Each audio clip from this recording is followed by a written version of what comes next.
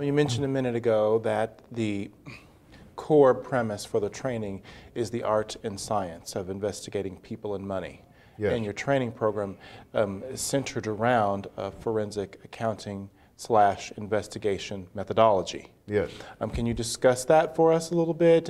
And some of those skills that you just mentioned are critical to helping individuals work in this area? Yes, the methodology is an important part of it. To give you an example, the Internal Revenue Service has a methodology they have followed for a number of years when they do their financial field investigations in civil and criminal matters. It's referred to as FSAT, which stands for Financial Status Audit Technique. A corollary to that is that financial crimes investigators, federal, state, and local, apply a technique called ICE. And so, curiously, certain disciplines in the financial realm have methodologies. So, quick question. So, what is ICE? My apologies, yes. It's an acronym. It stands for Internal, External, and Control. Okay. And it gives a framework by which an investigator can nail down whether or not a crime has been committed. Okay.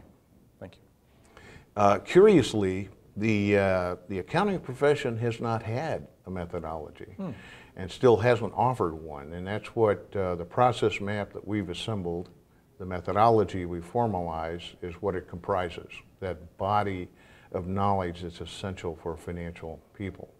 So describe for us a little bit about that process map, the methodology, and some of the tools and techniques that are part of it.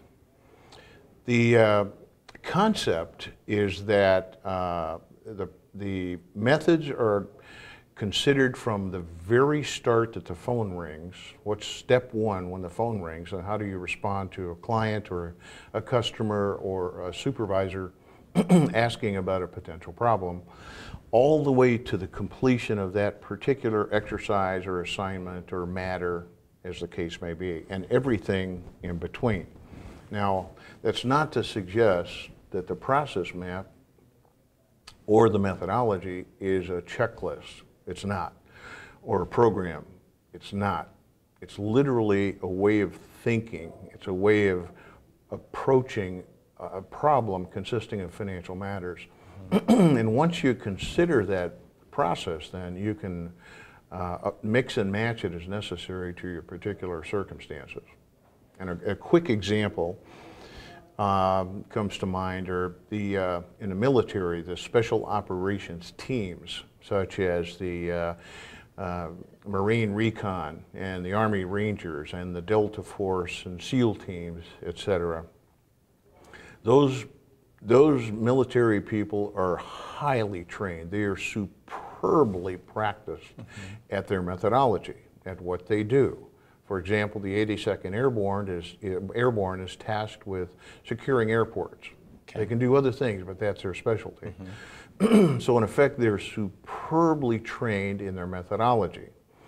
Now, the reason that's important in combat, as anyone will tell you, the battle plan never survives first encounter with the enemy. Consequently, you have to be able to adjust to it and modify. Likewise, the methodology that we've assembled with people throughout the country allows you to approach an assignment because your first exposure to the people, or your first exposure to the discovery, or the documents, or the environment, never survive. You know, that first encounter changes your plan instantly, as do successive encounters.